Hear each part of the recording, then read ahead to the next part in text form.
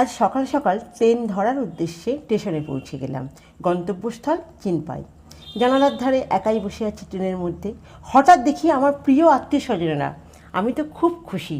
তারপর সেই অন্নপ্রাশন যে বেবি, তাকে দেখুন, সে তো সেজে গুজে দাদুর কোলে বসে পড়েছে পঞ্চব্যঞ্জন দিয়ে খাবার দাবার খেতে। এই প্রথম তার মুখে ভাত, বড় একটা মাছের পাঁঠা, তাতে ফুল দিয়ে সাজানো। তারপর তো আমরা খেতে বসলাম।